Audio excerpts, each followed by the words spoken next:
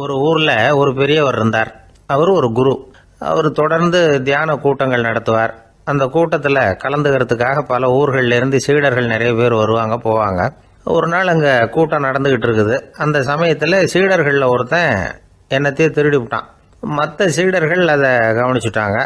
இவன் ஆப்பிட்டுக்கிட்டான். கூட்டம் முடிஞ்ச பிற்பாடு இவன் திருடின விஷயத்தை அந்த பெரியவர்கிட்ட போய் சொன்னாங்களாம். அவர் கவனத்துக்கு கொண்டுகிட்டு போனாங்க. ஆனால் அவர் இதை காதிலே போட்டுக்கல, கண்டுக்கவே இல்லை. போய் சொன்ன சீடர்களுக்கெல்லாம் ஏமாத்தமாக போயிட்டுது.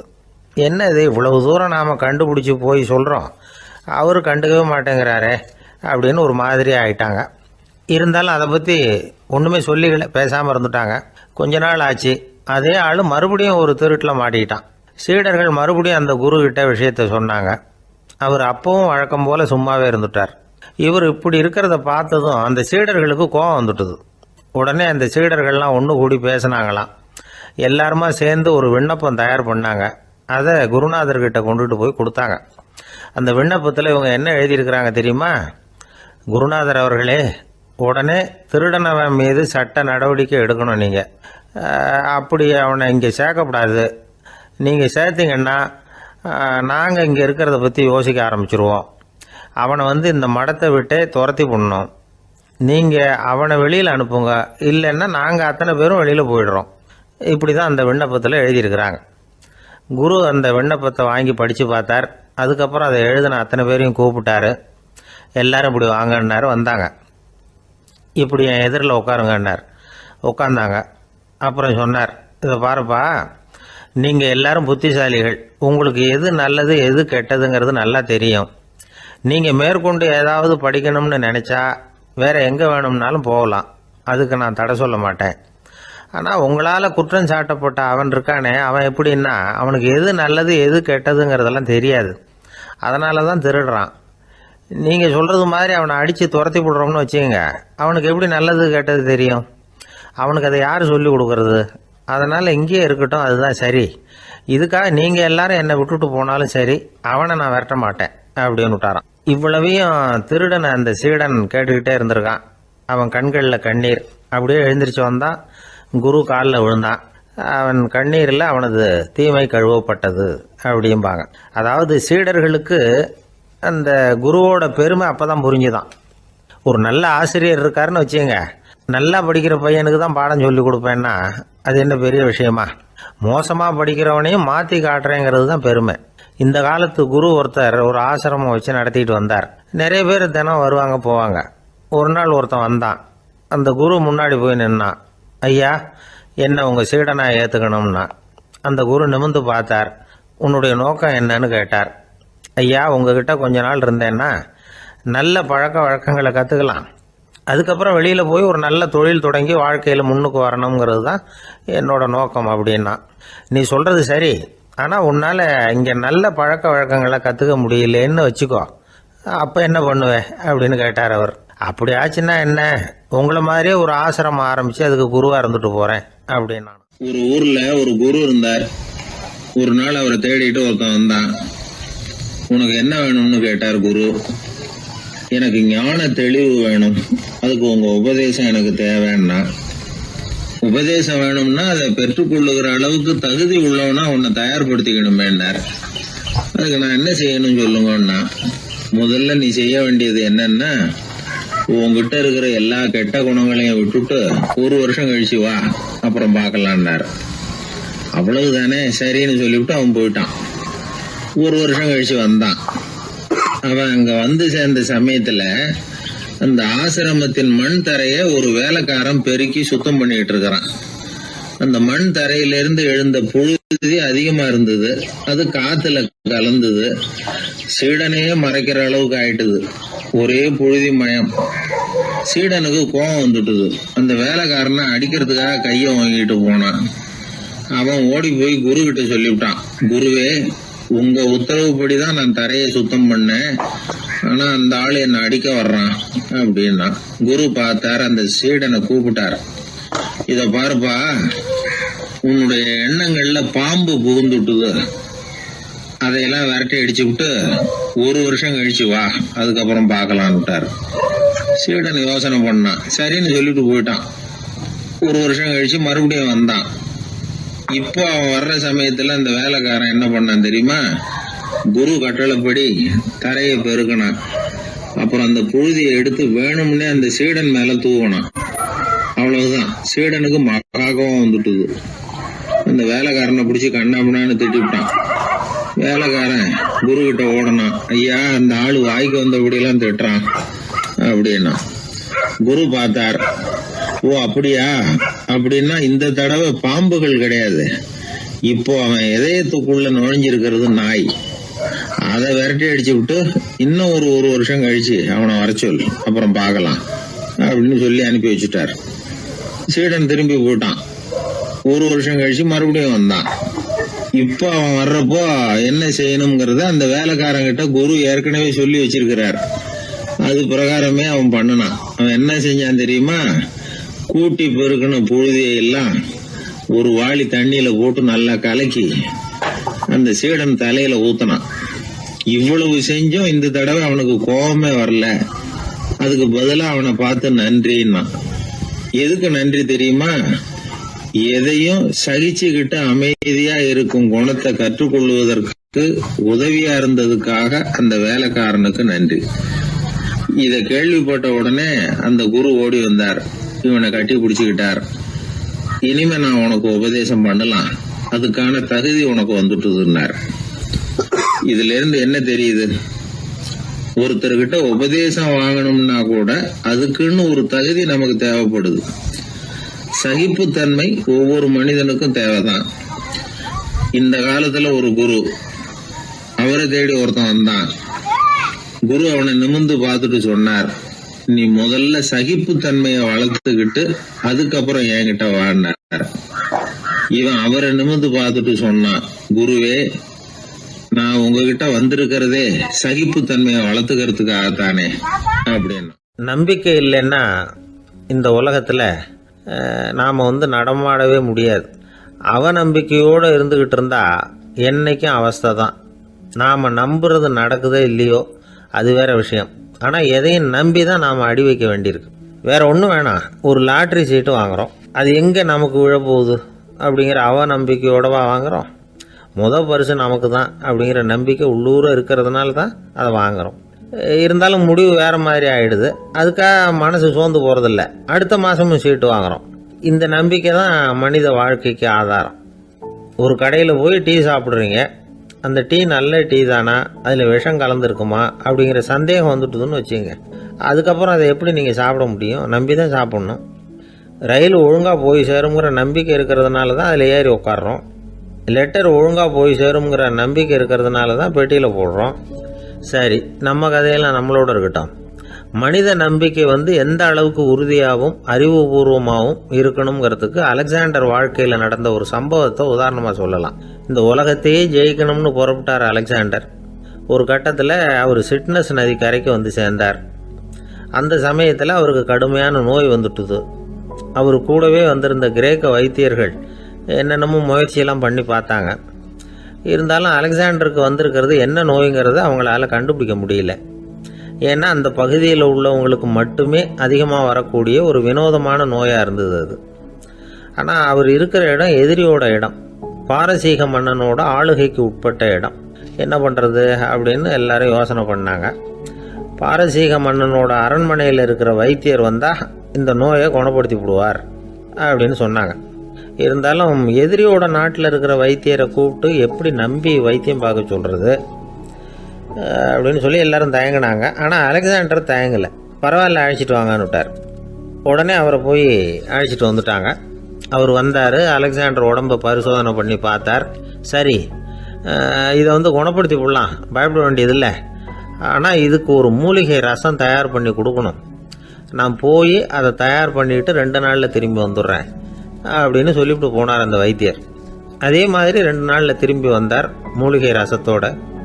இதுக்கு இடையில் அலெக்சாண்டரோட தளபதிகளில் ஒருத்தர் ரகசியமாக ஒரு எச்சரிக்கை கடிதம் கொடுத்து அனுப்பியிருக்கிறான். அதை வாங்கி என்ன விஷயம்னு பார்த்தார். இப்போ உங்ககிட்ட வந்திருக்கிற எதிரி நாட்டு வைத்தியரை நம்பாதீங்க, அவன் கொண்டுகிட்டு வந்திருக்கிற மூலிகை ரசத்தில் விஷம் கலந்துருக்குது அப்படின்னு அதில் எழுதியிருக்கு. அதை பார்த்தார் அலெக்சாண்டர். இருந்தாலும் கொஞ்சம் கூட அலட்டிக்கல. வைத்தியர் கொடுத்த மருந்தை வாங்கி கடகடன்னு குடிச்சுட்டார். குடிச்சுட்டு அதுக்கப்புறம் அந்த கடிதத்தில் இருந்த விஷயத்தை அந்த வைத்தியர்கிட்ட சொன்னார். வைத்தியர் திகைச்சு போயிட்டார். தன் மேலே அலெக்சாண்டர் வச்சிருக்கிற நம்பிக்கையை பார்த்து அவருக்கு ரொம்ப வியப்பு. வைத்தியர் உண்மையிலேயே நல்ல மருந்து தான் கொண்டுட்டு வந்து கொடுத்துருக்கிறார். அதில் விஷம்லாம் எதுவும் கலக்கலை. அதுக்கப்புறம் அலெக்சாண்டர் அந்த வைத்தியரை பார்த்து சொன்னாராம், நம்பிக்கைங்கிற அச்சாணியை ஆதாரமாக வச்சுக்கிட்டு தான் இந்த உலகம் சுற்றிக்கிட்டு இருக்குது. எனக்கு எதிரியாக இருந்தாலும் பாரசீக மன்னர் ரொம்ப பெரியவர். அப்பேற்பட்ட மன்னருடைய அரண்மனை வைத்தியர் தொழில் நேர்மை இல்லாதவராக இருக்க மாட்டார். அப்படி இருந்தால் அவரை அரண்மனை வைத்தியராக வச்சிருக்கவே மாட்டாங்க அப்படின்னு நம்பினேன். என்னுடைய நம்பிக்கை வீண் போகலை அப்படின்னாராம். இதுதான் மானுட நம்பிக்கைங்கிறது. இந்த காலத்துலேயும் இது மாதிரி இந்த மானுட நம்பிக்கையை ரொம்பவும் சாமர்த்தியமாக கையாளுகிற கெட்டிக்காரங்க சில பேர் இருக்கிறாங்க. இந்த காலத்து குரு, அவருக்கு ஒரு சிஷ்யன். குரு முன்னாடி அந்த சிஷ்யன் ரொம்ப பணிவாக நின்று, குருவே உங்கள் கையால் விஷத்தை கொடுத்தாலும் அதை வாங்கி மடமடன்னு குடிச்சிருவேன் அப்படின்னா. உன்னுடைய குரு பக்தியை மெச்சினேன் அப்படின்னார் குரு. அதுக்கு அந்த சிஷ்யன், அப்படி இல்லை குருவே, உங்ககிட்ட சிஷ்யனாக இருக்கிறத விட உங்கள் கையால் விஷத்தை வாங்கி குடிச்சு விடுறது ரொம்ப நல்லது, அதனால தான் அப்படி சொன்னேன் அப்படின்னா. அந்த ஆள் என்னை கண்ணா பண்ணான்னு திட்டி விட்டான் சார், அதை நினச்சா எனக்கு ரொம்ப வருத்தமாக இருக்குது அப்படின்னு சொல்லி கவலைப்பட்டார் ஒருத்தர். இதில் கவலைப்படுறதுக்கு என்ன இருக்குது அப்படின்னார் ஒரு பெரியவர். அவர் ஒரு மகான். என்ன சார் இப்படி சொல்கிறீங்க, ஒருத்தர் நம்ம பார்த்து திட்டுனா வருத்தமாக இருக்காதா அப்படின்னார். அது எப்படி வருத்தமாக இருக்கும், திட்டுறதுங்கிறது என்ன, அது வெறும் சத்தம் தானே அப்படின்னார் அந்த பெரியவர். நம்ம ஆளுக்கு தலையை பிச்சுக்கலாம் போல இருந்தது. இருக்காது அப்படின்னா நமக்கு அப்படி தானே தோணுது. அந்த பெரியவர் சொல்கிறது ரொம்ப பெரிய விஷயம். அதை நாம் புரிஞ்சிக்க முயற்சி பண்ணலாம்னா நடைமுறை வாழ்க்கைக்கு அது ஒத்து வர்றது மாதிரி தெரிய மாட்டேங்குது. இருந்தாலும் அந்த பெரியவர் அதுக்கு என்னதான் விளக்கம் கொடுக்குறாருன்னு பார்ப்போமே.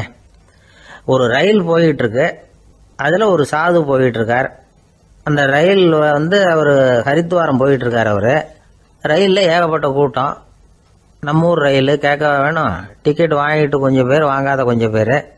அது என்னத்துக்கு அனாவசியமாக டிக்கெட் அப்படிங்கிற நினப்பில் பாதி பேர். இந்த கூட்டத்துக்கு மத்தியில் அந்த சாதுவும் போயிட்டு இருக்கிறார். உட்கார்றதுக்காக இருந்த இடத்துல ஒரு ஆள் படுத்திருக்கிறான், கொஞ்சம் முரட்டு ஆசாமி. அவன் கால் பக்கத்தில் கொஞ்சோண்டு இடம் பாக்கி இருந்தது. அந்த இடத்துல இந்த சாது உட்காந்துருந்தார். மெதுவாக உட்காந்துக்கிட்டார் போய். ஆனால் அந்த ஆள் ராத்திரி பூரா இவரை காலால் உதச்சிக்கிட்டே இருக்கிறான். அது இவருக்கு ரொம்ப அவமானமாக பட்டுது. அதனால் துக்கம் ஏற்பட்டது. இருந்தாலும் அதை ஒரு மாதிரியாக சகிச்சுக்கிட்டே இவர் சேர்ந்தார். பொழுது விடிஞ்சது. அந்த சாது ஹரித்வார் சேர்ந்தார். அங்கே ஒரு பெரிய ஞானியை சந்திச்சார். ராத்திரி ரயிலில் அந்த ஆள் உதைச்சதையும் அதனால் தனக்கு ஏற்பட்ட துக்கத்தையும் இந்த சாது அந்த ஞானிகிட்ட சொன்னார். சொல்லிவிட்டு, ஏன் சுவாமி, எனக்கு துக்கம் ஏற்பட்டதே அது தப்பா அப்படின்னு கேட்டார். தவறுதான்னார் அந்த ஞானி. உனக்கு இன்னமும் தேக அபிமானம் போகலைங்கிறது தான் அது காட்டுது. அஷ்டாவக்ரர் என்ன சொல்றார் தெரியுமா, உண்மையான ஞானி யாராவது தன்னை வந்தனை செய்தால் அதற்காக சந்தோஷப்பட மாட்டார், யாராவது நிந்தனை செய்தால் அதற்காக வருத்தப்பட மாட்டார் அப்படின்னு சொல்றார். நிந்தனைங்கிறது ஒரு ஒலி தான். தேகாபிமானம் இருக்கிற வரைக்கும் இந்த ஒலி நம்மளை வேதனைப்படுத்தும். நான் தேகம் இல்லை, ஆத்மா அப்படிங்கிற நினைவு இருந்தா இந்த ஒலி நம்மளை பாதிக்காது. மனு என்ன சொல்றார் தெரியுமா, ஒரு சாதகன் பாராட்டுதலை விஷம்னு நினைச்சு பயப்படணும், அவமானத்தை அமிர்தம்னு நினைச்சு சந்தோஷப்படணுங்கிறார். அவமானப்பட்டா கவலைப்படாம எப்படி இருக்க முடியும் அப்படின்னு தான் நமக்கு தோணும். அதனாலதான் நம்மள யாரும் இதுக்கு உதாரணமா யாரையும் காட்ட முடியல. புத்தரையும் கபீரையும் உதாரணமா காட்டுறாங்க. அவங்களுக்கெல்லாம் அவமானம் ஏற்பட்டப்போ கவலையே படலையாம். புத்தரை அவமானப்படுத்தணுங்கிறதுக்காக கௌசாம்பி ராணி ஒரு இளம் பெண்ணை கொலை பண்ணி சடலத்தை புத்தர் குடிசைக்கு முன்னாடி போட சொன்னார். போட்டாங்க.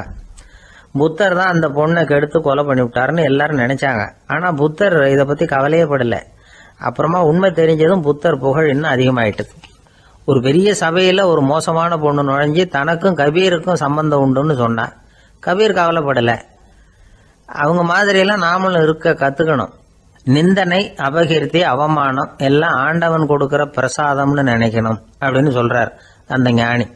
இதை கேட்ட இந்த காலத்து ஆசாமி ஒருத்தர், நான் கூட அப்படிதான் சார், யாராவது அவமானப்படுத்தினா கவலைப்பட மாட்டேன். நேற்று கூட ஒருத்தர் என்ன பலார்னு அரைஞ்சுட்டார், நான் கொஞ்சம் கூட கவலைப்படலை, பேசாம வந்துட்டேன்னார். ஏன் அப்படி வந்துட்டீங்க அப்படின்னு. அவர் அரைஞ்சதுலேயும் ஒரு அர்த்தம் இருந்தது, அதனால தான் அப்படி வந்துட்டேன்னார். ஏன் அரைஞ்சாருன்னு கேட்டேன். 10 வருஷத்துக்கு முன்னாடி 15 ரூபா அவர்கிட்ட கடன் வாங்கினேன். அதை கேட்டு கேட்டு பார்த்துட்டு கடைசியாக தான் அரைஞ்சார் அப்படின்னார். ஆண்டவனுடைய பிரசாதம் இவருக்கு அடிக்கடி கிடைக்கும் போல இருக்கு. ஒரு காடு, அங்கே புத்தர் அவர் பாட்டுக்கு நடந்து போய்கிட்டே இருக்கிறார். அவருக்கு பின்னாடி ஒரு குரங்கு, அதுவும் தொடர்ந்து வந்துக்கிட்டே இருக்குது. புத்தர் திரும்பி பார்த்தார். குரங்கு அப்படியே குதித்து உயர எழும்பி ஒரு கிளையில் போய் உக்காந்துது. ஏன் இப்படி பண்ணுறேன்னு கேட்டார் புத்தர். என்னை சாதாரணமாக நினைக்க வேணாம், நான் மகாமந்தி, என்னால் எல்லாம் முடியும், முடியாதுங்கிற வார்த்தையே என்னுடைய அகராதியில் கிடையாது, என்ன வேணும்னாலும் செய்வேன் அப்படின்னுது. அப்படின்னா ஒரு பந்தயம் வச்சுக்கலாமான்னார் இவர். ஓ வச்சுக்கலாமேன்னுது. வேற ஒன்றும் இல்லை, இப்போ நீ மேலே எழும்பி அந்த கிளையில் உட்காந்தது மாதிரி அங்கேருந்து தாவி என் உள்ளங்கையில் உட்காரணும், அவ்வளவுதான் அப்படின்னார். அப்படி உட்காந்துட்டா என்ன பரிசு அப்படின்னு கேட்டது அது. சொர்க்கத்தில் இருக்கிற மாமன்னன் மரகத சக்கரவர்த்தியை என்னோட இருக்கும்படியாக கூப்பிட்டுக்கிறேன். அந்த சமயத்தில் அவருடைய அரியணை அங்கே காலியாயிடும், நீ அதில் போய் உட்காந்துக்கலாம். பந்தயத்தில் தோத்துட்டா ஒரு கல்ப காலம் இந்த பூமியில் வாழ வேண்டியிருக்கும், அதுக்கு பிறகு தான் என்கிட்ட வர முடியும், என்ன சொல்கிற அப்படின்னார். குரங்குக்கு தாவறது ஒரு பெரிய காரியமா? இது எனக்கு ரொம்ப சாதாரண விஷயம், என்ன இப்போவே தாவட்டுமா அப்படின்னுது. சரின்னு சொல்லி உள்ளங்கையை நீட்டினார். அவருடைய கை தாமரை இலை அளவுக்கு அப்படியே விரிஞ்சுது. குரங்கு சௌகரியமாக உட்கார்றதுக்காக. குரங்கு தாவறதுக்கு தயாராச்சு. அதுக்கு முன்னாடி ஒரு சின்ன யோசனை அதுக்கு. இந்த கிளையிலேருந்து அந்த கைக்கு தாவறது எனக்கு ரொம்ப அற்பமான ஒரு வேலை, இது ரொம்ப சாதாரணம், என்னுடைய கௌரவத்துக்கு இது சரியாக இருக்காது. அதனால் நான் என்ன பண்ண போகிறேன்னா, இங்கேருந்து கிளையிலேருந்து அப்படியே உயர எழும்ப போகிறேன். எழும்பி மேல் உலகம் போய் அங்கே ஒரு சுற்றி விட்டு அதுக்கப்புறம் அங்கேருந்து நேராக இந்த கையில் உட்கார போகிறேன் அப்படின்னு நினச்சிது. என்ன யோசிக்கிற அப்படின்னார் புத்தர். ஒன்றும் இல்லை, இந்த பாயிரம் பார் அப்படின்னு சொல்லி தாவி உயர போயிட்டுது. கொஞ்ச நேரத்தில் வான உலகத்துக்கே போய் சேர்ந்துட்டுது. அங்கே போய் பார்த்தா அங்கே ஒரு 5 பளிங்கு தூண்கள் இளம் சிவப்பு நிறத்தில் நின்றுக்கிட்டு இருக்குது. குரங்கு நினச்சிக்கிட்டது, புத்தர்கிட்ட போய் இந்த பளிங்கு தூண்களை பார்த்தோம்னு சொன்னால் அப்படியே திகைச்சு போயிடுவார், இந்த தூணில் ஏதாவது அடையாளம் செஞ்சுட்டு போகணும் அப்படின்னு அந்த இடத்துல மிதந்துக்கிட்டே நினச்சிது. உடனே ஒரு தூணில் எழுதிச்சு. என்ன எழுதிச்சுன்னா, ஒரு மகா ஞானி இங்கே போகிறார் அப்படின்னு எழுதிச்சு. எழுதிவிட்டு அப்படியே கீழே தாவி புத்தரோட உள்ளங்கையில் உட்காந்துது. எப்படி பார்த்தீங்களா என்னுடைய வேலை?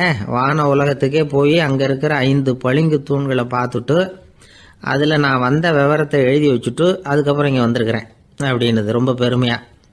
அப்படியா அப்படின்னார் புத்தர். ஆமாம், சந்தேகமாக இருந்தால் வாங்க அழைச்சிட்டு போய் காட்டுறேன் அப்படின்னு அந்த குரங்கு. அதுக்கு தேவையில்லை, அப்படியே கொஞ்சம் கீழே குனிஞ்சு பார் தெரியும் அப்படின்னார் புத்தர். அங்கே பார்த்தா புத்தரோட உள்ளங்கை தெரிஞ்சுது. நல்லா உத்து பார்த்துது. அவரோட ஒரு விரலில் அது எழுதிய வாசகம் தெரிஞ்சுது. குரங்கு யோசனை பண்ணிச்சு, அப்படின்னா வானத்தில் நான் பார்த்தது புத்தரோட விரல்களா அப்படின்னு யோசிச்சுது. இதை புரிஞ்சுக்கிட்ட உடனே அந்த குரங்கோட கர்வம் அழிஞ்சு போச்சான். நம்ம மனசு தான் இந்த குரங்கு.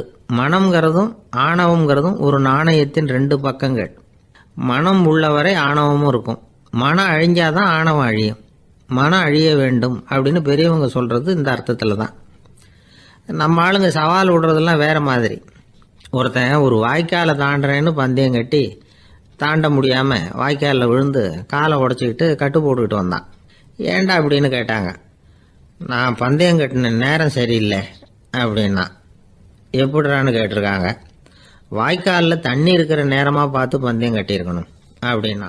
அங்கே ஒரு புதர் தெரியுது இல்லையா, இந்த புதருக்குள்ளே ஒரு சிங்கம் இருக்குது. அந்த பக்கமாக நான் போகிறப்போ வர்றப்போலாம் அது என்கிட்ட வம்பு வளர்க்குது, தகராறு செய்யுது, என் மேலே பாயுது, என்னை தாக்குது, ஏன்னு தெரியல அப்படின்னுது. இதை கேட்டதும் அந்த குரங்கு சொல்லிச்சு, இனிமேல் கவலைப்படாத, இந்த தடவை நான் உன்னை காப்பாற்றுறேன்னுது.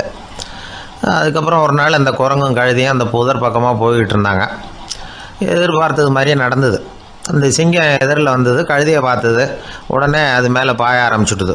அவ்வளவுதான். உடனே இந்த குரங்கு என்ன பண்ணிச்சு தெரியுமா, கிடுகிடுன்னு ஒரு மரத்து மேலே ஏறி உட்காந்துக்கிட்டது.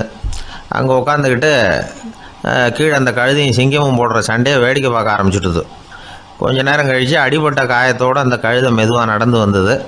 குரங்கும் மெல்ல மரத்தை விட்டு கீழே இறங்குச்சு. இப்போ கழுதை கேட்டுது, என்னை காப்பாற்றுறேன்னு சொல்லிவிட்டு காலை வாரி விட்டுட்டியே, நீ பாட்டுக்கு மரத்து மேலே ஏறி உட்காந்துக்கிட்டே, அது நியாயமானது. குரங்கு பரிதாபமாக அதை பார்த்துது. நான் மரத்து மேலே இருந்து நீங்கள் 2 பேரும் சண்டை போட்டதை பார்த்துக்கிட்டு தான் இருந்தேன்.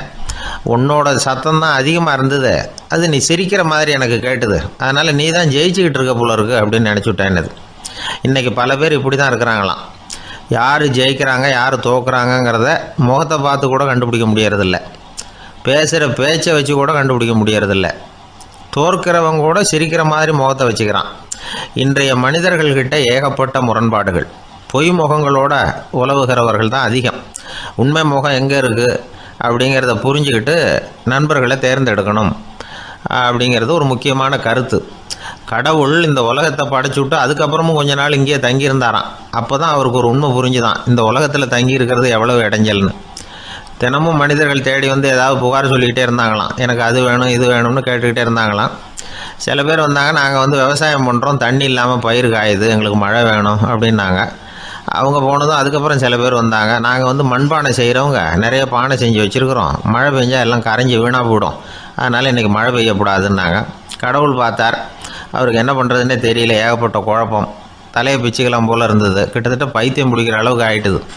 எல்லாருடைய ஆசைகளையும் அவரால் நிறைவேற்ற முடியல, ஏன்னா ஒன்றுக்கு ஒன்று முரண்பாடாக இருந்தது. ஒரு நாள் தன்னுடைய அமைச்சரவையை கூட்டி ஆலோசனை கேட்டார். என்ன செய்யலாம்னு சொல்லுங்கன்னார். இது என்ன பிரமாதம், பேசாமல் இமயமலை அடிவாரத்தில் போய் உட்காந்துங்க, யாரும் தொந்தரவு பண்ண மாட்டாங்கன்னாங்க. அங்கேயும் மனிதர்கள் வர ஆரம்பிச்சுருவாங்களேன்னார் கடவுள். சரி அப்படின்னா சந்திரனில் போயிருந்துக்கலாமேன்னாங்க. அங்கேயும் மனுஷன் குடி வர போகிறான் அப்படின்னார் கடவுள். வெகு தூரத்துக்கு அப்பால் உள்ள நட்சத்திர மண்டலத்துக்கு போயிடலான்னாங்க. இதெல்லாம் நிரந்தர தீர்வாகாது, நிரந்தரமாக இந்த மனிதனுடைய தொல்லையிலேருந்து நான் விடுபடணும், அதுக்கு ஏதாவது வழி சொல்லுங்கன்னார் கடவுள். ஒரு வயசான ஆள் வந்தார். கடவுளுக்கு காதோட காதாக ஒரு வழியை சொன்னார். கடவுளுக்கு முகம் மலர்ந்தது. அதுதான் சரி, அப்படியே செஞ்சுடலான்னார். அந்த ஆள் சொன்ன ரகசியம் என்ன தெரியுமா? மனிதனால் அடைய முடியாத ஒரு இடம் இருக்குது, அது வேறு எங்கேயும் இல்லை, அவனுக்கு உள்ளே இருக்குது, அங்கே போய் மறைஞ்சிங்க, அதுக்கப்புறம் மனிதர்களால் உங்களுக்கு தொந்தரவு இருக்காதுன்னார். மனிதன் நினைக்காத இடம் அதுதான். அதாவது உள்ளுக்குள்ளே இருக்கிற உண்மையை புரிஞ்சிக்காம வெளியில் எங்கேயோ அது இருக்கிறதாக நினச்சி வரட்டிக்கிட்டு அலையிறான் மனுஷன்.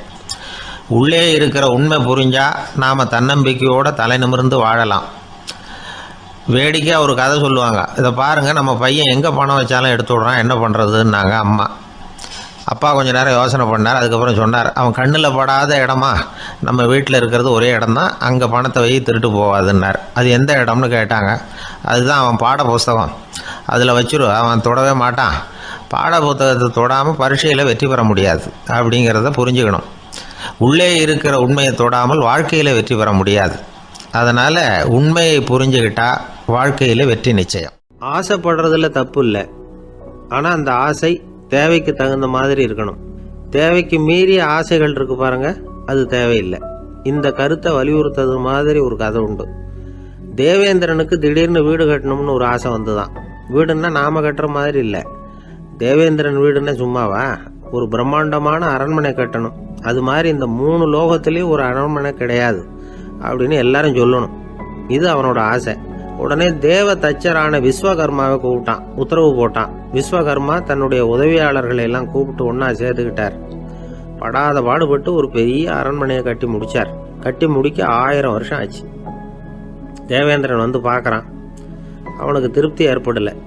என்னுடைய அந்தஸ்துக்கு இது ரொம்ப சாதாரணமான கட்டிடம், இதை விட இன்னும் பெருசாக கட்டு அப்படின்னா. தேவ தச்சர் திணறி போயிட்டார். அவரால் அதுக்கு மேலே எதுவும் செய்ய முடியல. என்ன பண்ணுறதுன்னு யோசனை பண்ணார். நேராக நாரதர் காலில் போய் விழுந்தார். நீங்கள் தான் என்னை இந்த பிரச்சனையிலேருந்து காப்பாற்றணும்னார். நாரதர் யோசனை பண்ணார். சரி கவலைப்படாதேன்னார். நேராக இந்திரன்கிட்ட போனார். இந்திரன் வந்து நாரதரை பார்த்த உடனே வாங்கன்னு கூட்டிகிட்டு போய் அரண்மனையை காட்டினான். இது மாதிரி ஒரு அரண்மனையை நீங்கள் வேற எங்கேயாவது பார்த்துருக்குறீங்களா அப்படின்னு ரொம்ப பெருமையாக கேட்டான். நான் பார்த்ததில்லை, ஆனால் என்னை விட வயசில் மூத்தவர் மகரிஷி லோமேசர், அவர் ஒரு வேளை பார்த்துருக்கிறாரா என்னமோ அப்படின்னார். உடனே அவரை மனசில் நினச்சி தியானம் பண்ணினார். அடுத்த கணம் லோமேசர் அங்கே வந்தார். இடையில ஒரு சின்ன துண்டு, கையில் ஒரு கமண்டலம், தலையில் ஒரு பாய், அவ்வளவுதான் அவர்கிட்ட இருந்தது. எதுக்காக தலையில் எந்த பாய் அப்படின்னு கேட்டான் இந்திரன். என்ன மாதிரி அற்ப ஆயுள் உள்ள ஒரு ஜீவன் தனியாக வீடு கட்டிக்கிட்டு திண்டாடணுமா?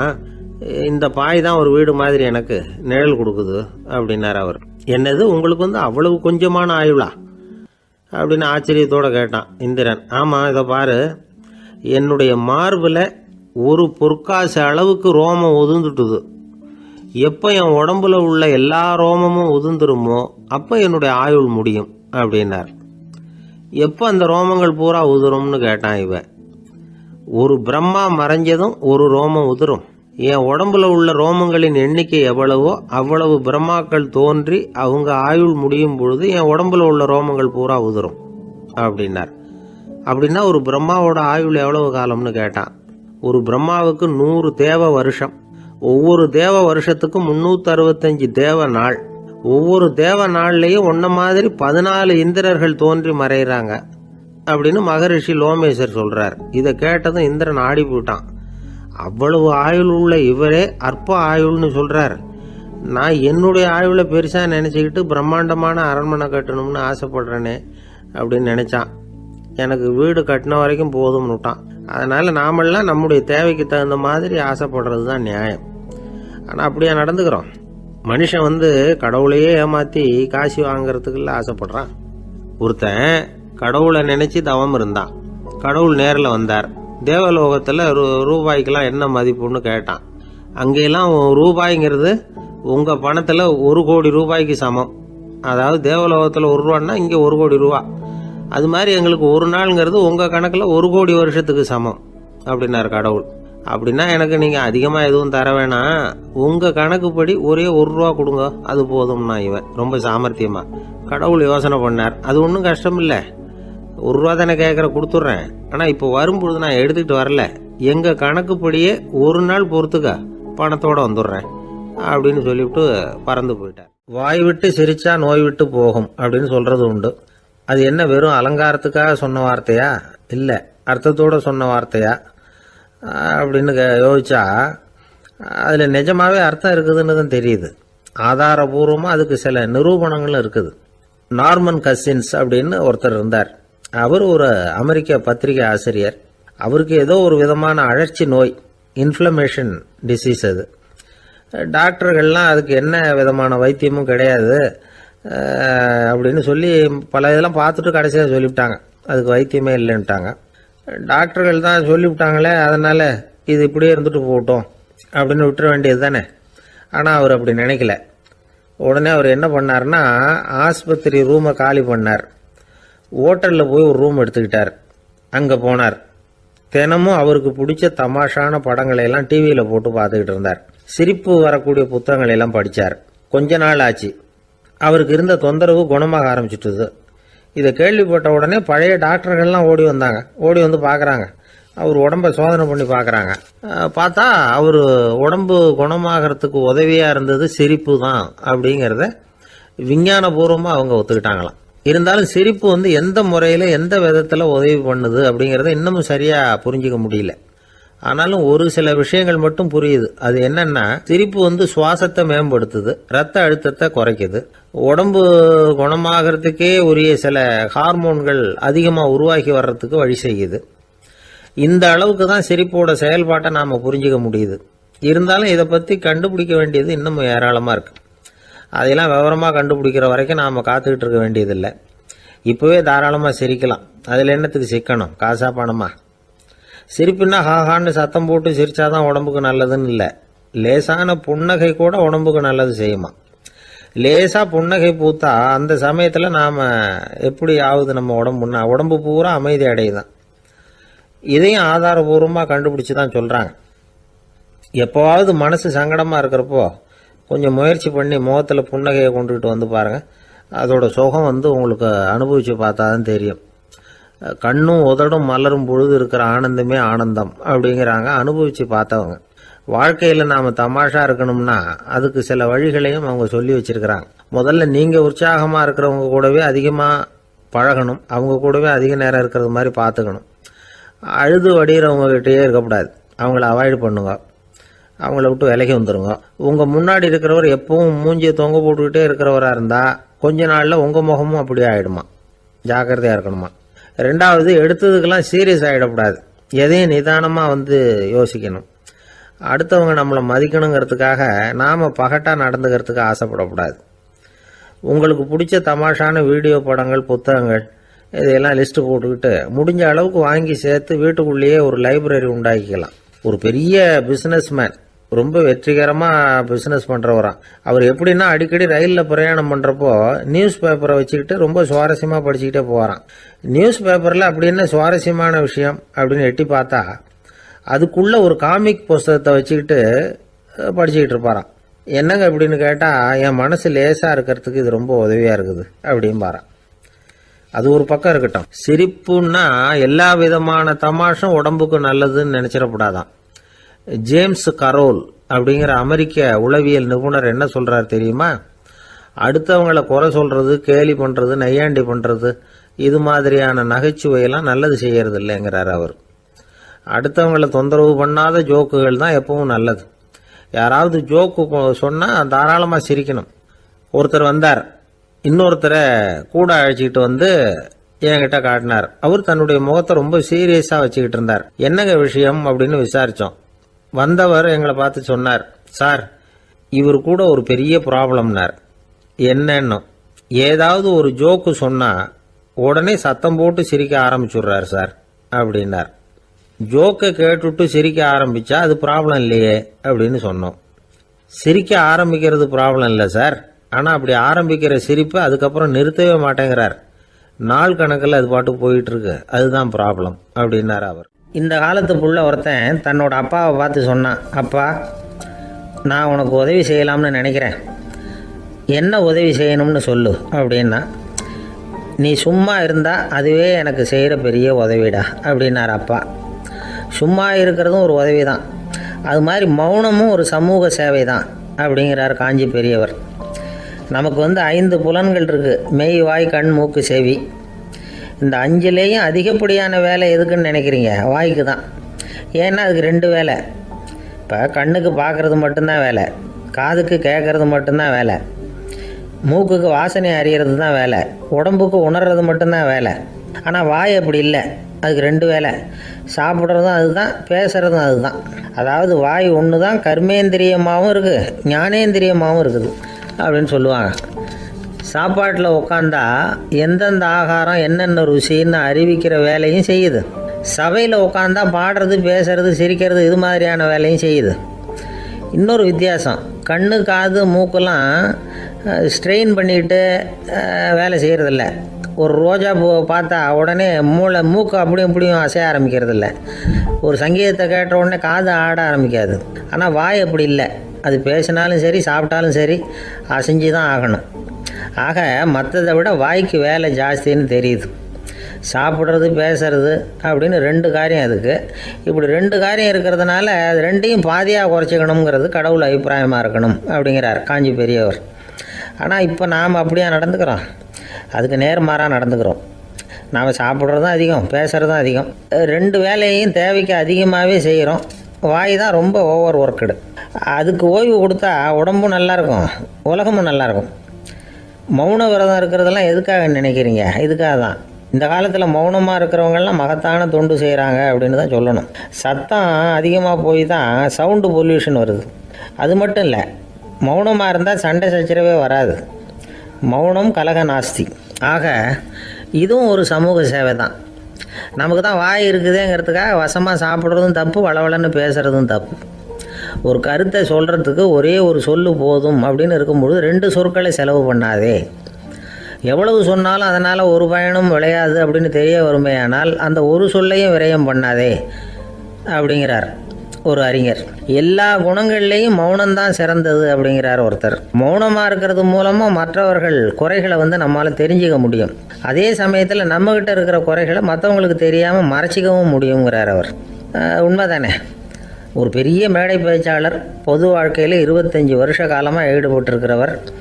அவர் மனைவி ஒரு நாள் சொன்னாங்க, எங்கள் வீட்டுக்காரர் 25 வருஷ காலமாக பொது வாழ்வில் ஈடுபட்டிருந்தா கூட இந்த மாதம் 10ஆம் தேதியிலேருந்து தான் மக்களுக்கு சேவை செய்ய ஆரம்பிச்சிருக்கார் அப்படின்னு நாங்கள் ரொம்ப பெருமையாக.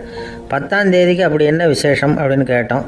அன்னையிலேருந்து தான் அவர் மேடையில் பேசுகிறத நிறுத்தினார் அப்படின்னாங்க அந்த அம்மா. ஒரு காட்டில் ஒரு நரி இருந்தது. ஒரு நாள் காலை நேரம் அது தன்னுடைய இருப்பிடத்திலிருந்து வெளியில் வந்தது. கொஞ்சம் தூரம் நடந்து வந்தது. அப்போ தான் அது தன்னோட நிழலை கவனித்து பார்த்தா அது ரொம்ப நீளமாக பெருசாக இருக்குது. காலை நேரத்தில் நிழல் அப்படி தானே இருக்கும். ஆனால் அந்த நரிக்கு அந்த விஷயம் தெரியல. தன்னுடைய நீண்ட பெரிய நிழலை பார்த்து ஆச்சரியப்பட்டது. ஆஹா, நாம இவ்வளவு பெருசாவா இருக்கிறோம் அப்படின்னா என்னுடைய காலை சாப்பாட்டுக்கு ஒரு யானை இல்லைன்னா ஒரு ஒட்டகம் கிடைச்சாதான் சரியா இருக்கும் போல இருக்கு அப்படின்னு முடிவு பண்ணிட்டுது. உடனே ஒரு யானை அல்லது ஒட்டகத்தை தேடி அலைஞ்சது, எங்க கிடைக்கும்னு. கிடைக்கவே இல்லை. மத்தியானம் 12 மணி ஆயிட்டுது. பசியோடு அலையுது. இப்ப தன்னோட நிழலை பார்த்தது. அது மத்தியான நிழல் எப்படி இருக்கும், அது ரொம்பவும் குறுகி போய் தெரிஞ்சுது.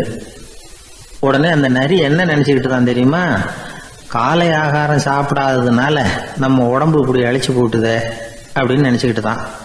கொஞ்ச நேரம் கழிச்சு மறுபடியும் தன்னுடைய நிழலை பார்க்குது. அது இன்னமும் குறுகி போய் காலடியிலேயே வந்துட்டுது. அதுக்கு பயமா போயிடுது. ஐயோ, இன்னும் கொஞ்ச நேரத்தில் நாம இறந்துருவோம் போல இருக்க, இப்போ என்ன செய்யறது? இந்த சமயத்தில் ஒரு எறும்பு கிடைச்சா கூட போதும், அதை நம்ம காலை ஆகாரமாக நினைச்சு சாப்பிட்டுள்ளாமே அப்படின்னு நினைச்சுதான். நம்முடைய நிழல் கூட நம்மளை மாதிரியே தான் அடிக்கடி மாறிக்கிட்டே தான் இருக்குது. அது எப்பவும் ஒரே மாதிரி இருக்கிறது இல்லை. மனிதனுக்கு ஏற்படுகிற தன்முனைப்பு இருக்கு பாருங்க, ஈகோ, அது கூட ஒரு நிழல் மாதிரி தானா. அப்படி நினைக்க ஆரம்பிச்சுட்டா அதனால ஏதும் பிரச்சனை வராதான். தன்முனைப்பை நிழல் போலவே ஏற்றுக்கொள்ளுங்கள் அப்படிங்கிறது பெரியவங்க கருத்து. ஒரு காரியத்தை வெற்றிகரமா நல்ல விதமா செஞ்சு முடிக்கிறோம்னு வச்சுக்கோங்க, அந்த சமயத்துல ஒரு வித நுட்பமான தற்பெருமை நமக்குள்ள உண்டாகுது. இது இயற்கையானது, அதனால இது மேல பற்று வைக்கக்கூடாது. அப்படி வைக்க ஆரம்பிச்சுட்டா அந்த தற்பெருமை ஒரு நிரந்தர விருந்தாளியா நம்ம கிட்ட தங்கிக்கும். நம்ம நிழல் எப்படின்னு பாருங்க, நாம நடக்கும் பொழுது நம்ம பின்னாடியே வரும். தன்முனைப்பையும் அப்படியே நினைச்சுக்குங்க. நிழல் யாருக்கும் எந்த பிரச்சனையையும் உண்டாக்குறது இல்லை. ஆனா அந்த நிழலை கண்டே நாம பயப்பட ஆரம்பிச்சுட்டா நாம எதுலையும் வெற்றி காண முடியாது. நிழலோட சண்டை போடக்கூடாது. அது மாதிரி தன்முனைப்போடவும் நாம சண்டை போட வேண்டியதில்லை. இல்லாத ஒன்றோடு சண்டை போடுறது எப்படின்னா, அது இருட்டோட சண்டை போடுறது மாதிரி. நாம நிழல் கிடையாது, நம்ம கிட்ட இருக்கிற தன்முனைப்பு ஒரு நிழல். நம்ம நிழலையும் நமக்கு சமமா பாக்குறோம் பாருங்க, அங்கதான் சிக்கலே ஆரம்பம். இப்போ நாம நடந்து போய்கிட்டு இருக்கிறோம், நம்ம நிழல் தரையில விழுது. யாரோ ஒருத்தர் நம்ம நிழல் மேல காலை வச்சு நடந்து போறார். உடனே அவர்கிட்ட சண்டைக்கா போறோம், ஏண்டா என் நிழலை மிதிச்ச அப்படின்னு. நமக்கு தெரியும் அது நிழல் தாங்கிறது. அவர் உங்க மேல நடக்கல, உங்களுடைய நிழல் மேலதான் நடக்கிறார். அது மாதிரி உங்க தன்முனைப்பின் மேல யாராவது நடந்தா உங்களை அவமானப்படுத்துறதா நினைக்கிறீங்க. காரணம், நாமளும் நம்ம தன்முனைப்பும் ஒண்ணுங்கிற நினைப்பு தான் காரணம், மற்றபடி வேற ஒண்ணும் கிடையாது. நம்ம நிழல் மேல நடக்கிறவர் நம்மளை காயப்படுத்துறது இல்லை. தன்முனைப்பை வேண்டாத ஒன்னாவும் பார்க்க வேண்டியதில்லை. அது இயற்கை. நிழலை உங்க முன்னாடி வைக்க வேணாம், அது உங்க பின்னாடியே இருக்கட்டும். நிழலின் நிழலாகி விடாதீர்கள், நீங்கள் நீங்களாகவே இருங்கள். இதுதான் சான்றோர் சிந்தனை. ஒரு பேருந்துல ஒரே நெரிசல். ஒருத்தர் பக்கத்துல நின்றுகிட்டு இருந்தவர்கிட்ட ரொம்ப பணிவா விசாரிச்சார், ஏன் சார், நீங்க ஏதாவது பெரிய உத்தியோகத்துல இருக்கிறீங்களா அப்படின்னார். அப்படிலாம் ஒண்ணும் இல்லைங்கன்னார் அவரு. அப்படின்னா வேற ஏதாவது அரசியல்ல பெரிய பதவியில் இருக்கிறீங்களா அப்படின்னு கேட்டார். அதுவும் இல்லைங்கன்னார். சரி, பணமாவது அதிகமா வச்சிருக்கீங்களா அப்படின்னு கேட்டார். அப்படிலாம் ஒன்றும் கிடையாது சார்னார் அவரு. அப்புறம் எதுக்குடா என் காலை மிதிச்சுக்கிட்டு இருக்கிற, இடரா காலை அப்படின்னாராம் இவர். பிரம்மத்தை அறிந்தவன் பிரம்மமாகிறான் அப்படின்னு ஒரு பெரியவர் பேசினார் ஒரு கோவில்ல. தைத்திரிய உபனிஷத்து அப்படி சொல்லுதான். இதை கேட்கும் பொழுது நமக்கு ஒரு சந்தேகம் வரும். அது எப்படி? பிரம்மத்தை அறிந்தவன் பிரம்மம் ஆகிறான்னா, சிங்கத்தை அறிந்தவன் சிங்கம் ஆகிறானா, தோசையை அறிந்தவன் தோசை ஆகிறானா? இப்படிப்பட்ட சந்தேகம் நமக்கு வர்றதுல ஒன்றும் ஆச்சரியம் இல்லை. இது இயற்கை. இதுக்கும் அந்த பெரியவரே பதில் சொல்றார். சிங்கம் வேற, நாம வேற. அதனால சிங்கத்தை அறிந்தவன் சிங்கம் ஆக மாட்டான். ஆனா பிரம்மம் வேற, நாம வேற இல்லை. அதனால பிரம்மத்தை அறிந்தவன் பிரம்மம் ஆகிறான் அப்படிங்கிறது அவரோட விளக்கம். மனிதன் அவன்தான் தான் பிரம்மங்கிறது தெரியாதனால தான் அதை வேற எங்கேயோ தேடிட்டு இருக்கிறான். கடைசியில் அது தான் தாங்கிறது புரிஞ்சுக்கிற பொழுது அவன் பிரம்மம் ஆயிடுறான். இதை விளக்கறதுக்கு ஒரு உபநிஷத்து கதையே இருக்கு. நமக்கு தெரிஞ்ச கதை தான், ஆனால் அதை வேற விதமான அர்த்தத்தில் விளையாட்டாக சொல்லிட்டு இருக்கிறோம். ஒரு சமயம் ஒரு 10 நண்பர்கள் ஒரு காட்டு வழியாக போய்கிட்டு இருக்கிறாங்க. குறுக்க ஒரு நதி, அதை கடந்து அடுத்த பக்கம் போகணும். எல்லாரும் ஒரு வழியாக கடந்து அடுத்த கரைக்கு போய் சேர்ந்துட்டாங்க. அங்கே போய் சேர்ந்ததுக்கு அப்புறம் எல்லாரும் பத்திரமா சேர்ந்துட்டோமா அப்படின்னு தெரிஞ்சுக்கிறதுக்காக எண்ணி பார்க்குறான் அந்த கூட்டத்து தலைவன். அவங்க மொத்தம் 10 பேர். ஆனால் இவன் எண்ணி பார்க்குறப்போ 9 தான் வருது. ஏன்னா அவன் தன்னை விட்டுவிட்டான். எதிரில் நிற்கிறவங்கள மட்டுமே எண்றான். ஐயோ 10வது ஆள் எங்கேங்கிறான், பதறான். சரி நீ இரு நான் எண்ணி பார்க்குறேன்னு சொல்லிவிட்டு இன்னொருத்தன் வந்து எண்றான். அவனும் தன்னை விட்டுட்டு எண்றான். 9 தான் வருது. எல்லாரும் கொய்யோ முறையோன்னு கத்த ஆரம்பிச்சிட்டாங்க. அந்த சமயத்தில் ஒரு பெரியவர் அந்த பக்கமாக வர்றார். என்ன விஷயம்னு விசாரிக்கிறார். 10வது ஆள் 6 அடிச்சுட்டு போட்டுது அப்படின்னு சொல்லி இவங்க அழறாங்க. சரி அழாதீங்க அப்படின்னு சொல்லி அந்த தலைவனை பார்த்து இப்படி வாங்குறார். வர்றான். இப்போ எனக்கு முன்னாடி ஒரு தரம் எண்ணு பார்க்கலாம்ங்கிறார். 1 2 3ன்னு ஆரம்பித்து 9ல் வந்து முடிக்கிறான். உடனே பெரியவர் நீ தான் அந்த 10வது ஆள் அப்படிங்கிறார். இது உண்மை. நாம தான் அது. நாம தான் நம்மளை வேற எங்கேயோ தேடிட்டு இருக்கிறோம். நாம எங்கேயோ தேடிட்டு இருக்கிறோமே அந்த பிரம்மம் நாம தான். இப்படி ஒரு பெரிய உண்மையை விளக்கறதுக்காக தான் அப்படி ஒரு கதை சொல்லப்பட்டது. ஆனால் அதை வந்து நாம் வேற விதமாக வேடிக்கையாக உபயோகப்படுத்திக்கிட்டு இருக்கிறோம். எப்படி தெரியுமா? ஒரு ஆத்தங்கரையில் ஒரு 10 பேர் முழிச்சுக்கிட்டே நின்றுக்கிட்டு இருந்தாங்களாம். அந்த பக்கமாக வந்த ஒருத்தன் ஏன் இப்படி முழிச்சுக்கிட்டு நிற்கிறீங்கன்னு கேட்டிருக்கிறான். எங்களுக்கு நீச்சல் தெரியாது, நாங்கள்லாம் அடுத்த கரைக்கு போய் சேரணும் அப்படின்னு நாங்களாம். சரி நான் கொண்டுட்டு போய் விடுறேன். எல்லாரும் அக்கறைக்கு போய் சேர்ந்த உடனே ஆளுக்கு ₹1 வீதமாக மொத்தம் ₹10 எனக்கு கொடுக்கணும் அப்படின்ட்டுருக்கான் இவன். சரின்னு ஒத்துக்கிட்டாங்க. இவன் ஒவ்வொருத்தராக கையை பிடிச்சி மெதுவாக ஆற்றுல இறக்கி அழைச்சிட்டு போயிட்டான். 9 பேரை கரை சேர்த்துட்டான். 10வது ஆள் பாதி ஆற்றுல போயிட்டு இருக்கிறப்போ திடீர்னு வெள்ளம் வந்துட்டுது. புடி நழுவி போச்சு. கையை விட்டுட்டான். வெள்ளம் அடிச்சிட்டு போட்டுது. அழைச்சிட்டு வந்தவன் நீச்சல் அடித்து தடுமாறி கரைக்கு வந்து சேர்ந்துட்டான். கரையில் இருந்தவங்களுக்கு இந்த விஷயம் தெரியாது. இருந்தாலும் இவன் உடம்பு பூரா நனைஞ்சி கொஞ்சம் அதிகமாக மூச்சு வாங்க நின்றுக்கிட்டு இருந்தானா, ஏங்க ஏன் இப்படி மூச்சு வாங்குது, என்ன விஷயம் அப்படின்னு கேட்டாங்களாம். அதுக்கு இவன் கொஞ்சமாக அலட்டிக்காம சொன்னானா, வேற ஒன்றும் இல்லை, நீங்கள் கொடுக்க வேண்டிய ₹10ல் ₹1 குறைஞ்சி போச்சு அவ்வளவுதான் அப்படின்னா. ஒரே ஒரு ஊரில் ஒரு ராஜா இருந்தார். ரொம்ப நல்லவர். ஒரு நாள் அரண்மனையில் விசாரணை நடந்துகிட்டு இருக்குது. அதில் ஒரு வழக்கு. ஒரு விவசாயி வந்து புகார் கொடுக்குறார். என்ன புகார்னா, அவர் வயலில் ஆடுகள் வந்து மேய்ஞ்சி பயிரை அழிச்சுட்டுது. நிறைய உழைச்சி செலவு பண்ணி பயிரை உண்டாக்கி வச்சுருந்தேன், எல்லாம் போயிட்டுது. இனிமேல் நான் என்ன செய்யறது, நீங்கள் தான் சரியான தீர்ப்பு வழங்கணும் அப்படின்னார் அந்த விவசாயி. அந்த ஆடுகளுக்கு சொந்தக்காரர் யாருன்னு கண்டுபிடிச்சி அரண்மனைக்கு அழைச்சிட்டு வாங்கன்னு உத்தரவு போட்டார் ராஜா. சேவகர்கள் போனாங்க, ஆளை கண்டுபிடிச்சாங்க, கூப்பிட்டுக்கிட்டு அரண்மனைக்கு வந்துட்டாங்க. ராஜா விசாரணை பண்ணார். அப்புறம் விசாரித்து முடிச்சுவிட்டு தீர்ப்பு வழங்கினார். இந்த விவசாயி அடைந்திருக்கிற இழப்புக்கு ஈடாக உன்னுடைய ஆடுகளை அவங்ககிட்ட கொடுத்துட வேண்டியது அப்படின்னு சொல்லிவிட்டார். உன்கிட்ட இருக்கிற ஆடு பூரா அவன்கிட்ட கொடுத்துரு, அந்த ஆட்டுனால ஏற்பட்ட இழப்பு சரியா போகட்டும் அப்படின்னு தீர்ப்பு வழங்கிட்டார். அந்த மன்னருடைய மகன் இதை பார்த்துக்கிட்டே உட்காந்துருந்தான். இந்த தீர்ப்பை இன்னும் கூட சிறப்பாக வழங்கலாமே அப்படின்னு நினைச்சான். அப்பா கிட்ட சொன்னான். உடனே அந்த அரசர், சரி நீயே இதுக்கு சரியான தீர்ப்பு சொல்லு அப்படின்னார். அந்த இளவரசன் தீர்ப்பு சொல்றான். அவன் சொன்ன தீர்ப்பு என்னன்னா, உங்ககிட்ட இருக்கிற ஆடுகள் எல்லாத்தையும் 1 வருஷ காலத்துக்கு அந்த விவசாயிகிட்ட ஒப்படைச்சிட வேண்டியது. அந்த 1 வருஷத்துக்குள்ள அந்த ஆடுகள் போடுற குட்டிகள், பால், எரு எல்லாம் விவசாயி எடுத்துக்க வேண்டியது. 1 வருஷத்துக்கு அப்புறம் உங்களுடைய ஆடுகளை நீங்களே திருப்பி வாங்கிக்க வேண்டியது. இதுதான் இளவரசன் சொன்ன தீர்ப்பு. இது சரியான தீர்ப்பு தான். இனிமே என்னுடைய அரச பொறுப்புகளை இளவரசர் வசம் ஒப்படைக்கிறேன் அப்படின்னு சொல்லி ஒப்படைச்சுட்டாராம். அதாவது தாவூத் நபி, சுலைமான் நபி இவர்களுடைய சரித்திரத்தில் இந்த சம்பவம் காணப்படுறதாக ஒரு நண்பர் சொன்னார். ஒரு தண்டனையை பெறுகிறவன் அதுக்கு பிறகு சமூகத்தில் நல்ல விதமாக வாழறதுக்கு வாய்ப்பு இருக்கிறது மாதிரி அமையணும் தீர்ப்பு. அதுக்கு இது ஒரு உதாரணம். சில தீர்ப்புகள் எப்படி அமைஞ்சு விடுதுன்னா, ஒரு தண்டனையை அனுபவித்து முடித்தவன் அதுக்கப்புறம் இந்த சமூகத்தில் நல்லவனாக வாழறதுக்கு நினைச்சா கூட அதுக்கு தகுதி இல்லாதவன் அப்படிங்கிற அளவுக்கு சூழ்நிலை அமைஞ்சிருது. இது சிந்திக்க வேண்டிய ஒரு செய்தி. இன்னொரு ஊரில் ஒரு ராஜா இருந்தார். அவர் ஒரு நாள் ஒரு போட்டி வச்சார். என்ன போட்டின்னா, அரண்மனை வாசலில் ஒரு பெரிய நீச்சல் குளம், அதில் நிறைய விஷப்பாம்புகள். எந்த இளைஞன் துணிச்சலாக அதில் நீச்சல் குளத்தில் குதிச்சு நீந்தி கரையேறி வர்றானோ அவனுக்கு 100 ஏக்கர் நிலம் பரிசாக வழங்கப்படும். அது வேணாம்னா 1000 ஆடுகள் பரிசாக வழங்கப்படும். அதுவும் வேணான்னா என்னுடைய மகளை வந்து கல்யாணம் பண்ணிக்கலாம். இதுதான் மன்னருடைய அறிவிப்பு. பரிசுலாம் நல்லா தான் இருக்குது. இருந்தாலும் பாம்புகள் உள்ள குளம்ங்கிறது நல்லா இல்லையே. அதனால் யாரும் அதில் குதித்து நீஞ்சறதுக்கு முன் வரல. இருந்தாலும் திடீர்னு ஒரு இளைஞன் அந்த நீச்சல் குளத்தில் குதிச்சான். நீந்தனா ஒரு வழியாக கரையேறி வந்துட்டான். மன்னருக்கு ரொம்ப மகிழ்ச்சி. நீ தான் தைரியமான இளைஞன், வா இப்படின்னு கூப்பிட்டார். கிட்ட வந்தான். அந்த இளைஞன் தண்ணீர் சொட்ட சொட்ட வந்து நிற்கிறான்.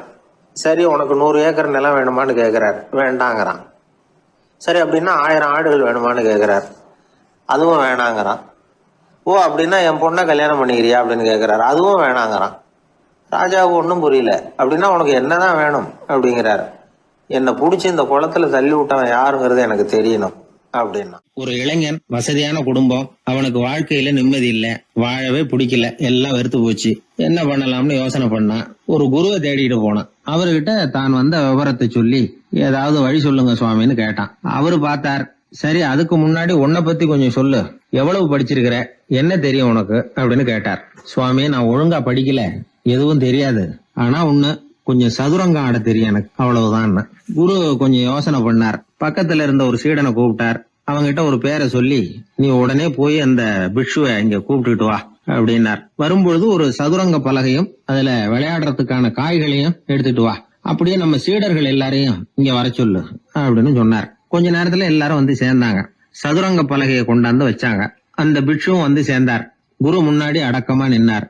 குரு அவரை கிட்டத்துல கூப்பிட்டு கொஞ்ச நேரம் சதுரங்கம் ஆடணும்னார். அந்த பிக்ஷுவுக்கு சதுரங்கம்னா என்னன்னு தெரியாது. இருந்தாலும் மறுப்பு எதுவும் சொல்லல. குரு சொன்னார், பிக்ஷுவே, நீர் என்னுடைய சீடர், என்னுடைய பேச்சை மறுக்காதவர், உம்முடைய அடக்கத்தையும் பணிவையும் நான் அறிவேன். எனக்காக உயிரையும் கொடுக்கறதாக சொல்லி இருக்கிறீங்க. இப்போ அதுக்கான வாய்ப்பு வந்திருக்குது. நீங்க இந்த இளைஞனோட சதுரங்கம் ஆடணும். தோத்து போனா இந்த வாளால தலையை சீவி விடுவேன். ஆனா இறந்தாலும் உமக்கு சொர்க்கம் நிச்சயம். நீங்கள் வெற்றி பெற்றுட்டா தோற்று போன இந்த இளைஞனின் தலையை சீவி விடுவேன். சரி, இப்போ நீங்க ஆட ஆரம்பிக்கலாம்னார். ஆட்டம் ஆரம்பமாச்சு. அந்த பிக்ஷு முகத்துல சலனமே இல்ல. சாவை பத்தி கவலைப்பட்டதாவே தெரியல. எதுவும் புரியலன்னாலும் குருவின் கட்டளைங்கிறதுனால ஏதோ ஒரு காயை நகர்த்திட்டு இருந்தார். சுத்தி இருந்த சீடர்கள் முகத்துல திகில், பயம், பாவம், நம்ம பிக்ஷு நிலைமை இப்படி ஆயிட்டுதே அப்படிங்கிற கவலை. குரு கையில பெரிய வாள் பளபளப்பா தயாரா இருக்குது. பிக்ஷு காயை நகர்த்துறது ஆரம்பத்திலேயே ஆச்சரியமா தெரிஞ்சாலும் அவருக்கு சதுரங்கம் பத்தி எதுவுமே தெரியாதுங்கிறது இளைஞனுக்கு புரிஞ்சு போச்சு. அவனுக்கு உற்சாகம் வந்துட்டது. சுறுசுறுப்பா காய்களை நகர்த்த ஆரம்பிச்சான். பிக்ஷு கொஞ்சம் கொஞ்சமா தோத்துக்கிட்டே வந்தார். சுத்தி இருக்கிற சீடர்கள் முகத்துல சொல்ல முடியாத வேதனை. இளைஞன் முகத்துல மகிழ்ச்சி. நிமிர்ந்து பார்த்தான் எதிரில இருந்த பிக்ஷுவை. அவர் முகத்தை பார்த்ததும் இவனுக்கு ரொம்ப பாவமா இருந்தது. அந்த முகத்துலதான் எவ்வளவு சாந்தம், எவ்வளவு இனிமை, அவர் கண்கள்ல எவ்வளவு கருணை. இவர் சாகத்தான் வேணுமா? இளைஞன் யோசிக்க ஆரம்பிச்சான். நாம இறந்து போனா யாருக்கும் எந்த இழப்பும் இல்ல. வீணாகி போன தன்னுடைய வாழ்வும் சாவும் யாரையும் பாதிக்க போறதில்ல. ஆனா துறவியும் ஞானியுமான கருணை மிக்க இந்த பிக்ஷு இறந்தா அது எவ்வளவு பெரிய இழப்பு. அதுக்கு நாம காரணமா இருக்கிறதா அப்படின்னு நினைச்சு பார்த்தான் அந்த இளைஞன். உடனே கண்ணாமண்ணு விளையாட ஆரம்பிச்சுட்டான். அதாவது தான் தோத்து போகணுங்கிறதுக்காகவே. ஆட்டத்தை கூர்ந்து கவனிச்சுக்கிட்டு இருந்த குரு திடீர்னு சதுரங்க பலகையை கழுத்து தள்ளினார். காய்கள்லாம் செதறி போட்டுது. எல்லாரும் திகைச்சு போயிட்டாங்க. யாருக்கும் வெற்றி தோல்வி இல்லைன்னு அறிவிக்கிறேன்னார் குரு. தம்பி, உன்னுடைய மன ஒருமைப்பாட்டை கவனிச்சேன்.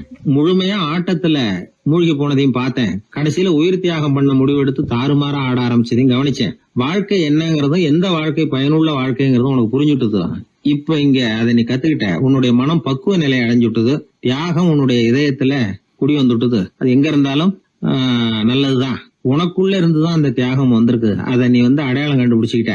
நீ இனிமே கொஞ்ச காலம் இங்கேயே இருந்துட்டு போகலாம். உன்னுடைய வாழ்வு பயனுள்ள வாழ்வா மாறும் அப்படின்னு சொல்லி அந்த குரு ஆசீர்வாதம் பண்ணார். இந்த காலத்திலயும் ஒருத்தர் அது மாதிரி தன்னுடைய வாழ்க்கையை பயனுள்ளதாக ஆக்கிக்கணும்னு ஆசைப்பட்டார். உடனே சதுரங்கம் ஆட ஆரம்பிச்சார். அப்புறம் சீட்டாட ஆரம்பிச்சார். கொஞ்ச நாள் கழிச்சு அவரை பார்த்த நண்பர் ஒருத்தர் கேட்டார், என்னங்க சீட்டாட ஆரம்பிச்ச பிறகு வாழ்க்கை பயனுள்ளதா ஆச்சா அப்படின்னு கேட்டார்.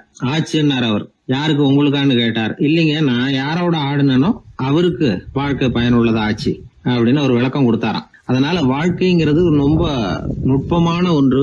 அந்த நுட்பமான வாழ்க்கையை புரிஞ்சுக்கிட்டு அதுக்கப்புறம் அதை பயனுள்ளதாக மாற்றிக்கொள்ள வேண்டியது மனிதர்களுடைய கடமை. ஒரு நண்பர் யாருக்கோ ஃபோன் பண்ணிட்டு இருந்தார்.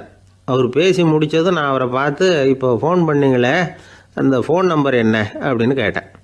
அவர் தலையை சொரிஞ்சுக்கிட்டார். ஞாபகம் வரலன்னார். சரி சார், அதை விடுங்க, உங்கள் மனைவி பேர் என்ன அப்படின்னு கேட்டேன். மாலதின்னார். என்ன சார் இது வேடிக்கை, கொஞ்ச நேரத்துக்கு முன்னாடி பேசின ஃபோன் நம்பர் மறந்து போச்சு. எப்போவோ கல்யாணம் பண்ணிக்கிட்ட மனைவி பேர் மறக்கலை, அதை கரெக்டாக சொல்லிவிட்டீங்களே அப்படின்னு கேட்டேன். அவர் என்ன ஒரு மாதிரியாக பார்த்தார். அவர் அப்படி என்னை பார்த்ததில் ஒன்றும் தப்பு இல்லை. ஏன்னா நாம் எல்லாருமே அப்படித்தானே. ஒரு குறிப்பிட்ட காரியத்துக்காக தொலைபேசியில் ஒருத்தட்ட பேசுகிறோம்.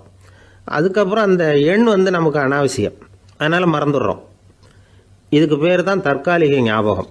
ஆனால் மனைவி பேரை மறந்துட முடியுமா? முடியாது. அது அவசியமான ஒன்று. அடிக்கடி அந்த பேரை உபயோகப்படுத்துகிறோம். அதனாலேயும் அது முக்கியங்கிறதுனாலேயும் அதை மறக்கறதில்ல. இதுக்கு பேர் நிரந்தர ஞாபகம். சரி, இந்த தற்காலிக ஞாபகம், நிரந்தர ஞாபகம், இது 2 ஞாபக அளவுகளையும் கட்டுப்படுத்துறது எது அப்படின்னா மூளைக்குள்ளே நடக்கிற மின்சார நடவடிக்கைகள் தான். தற்காலிக ஞாபகம் ஒரு மின்னல் மாதிரி தோன்றி மறையுது. நிரந்தர ஞாபகம் ஒரு படிவம் போல மூளையில் படிஞ்சுடுது. ஒரு சம்பவத்தின் பல பிரதிகள் மூளையில் பல்வேறு பகுதிகளிலேயும் படிகிறதுனால ஒன்று மறைஞ்சாலும் மறந்தாலும் இன்னொன்று மறையறதில்ல. இப்படிப்பட்ட நிலைமையில தான் இந்த தொண்டையில் இருக்கு, வாயில் வரமாட்டேங்குது சார் அப்படிமா. ஒருத்தருக்கு எந்த துறையில் ஆர்வமும் ஈடுபாடும் அதிகமோ அது சம்பந்தமான ஞாபக சக்தி அதிகமாக இருக்கும். தொழிலை விரும்புகிற ஒரு டெலிஃபோன் ஆப்ரேட்டருக்கு எண்கள்லாம் நல்ல ஞாபகம் இருக்கும்.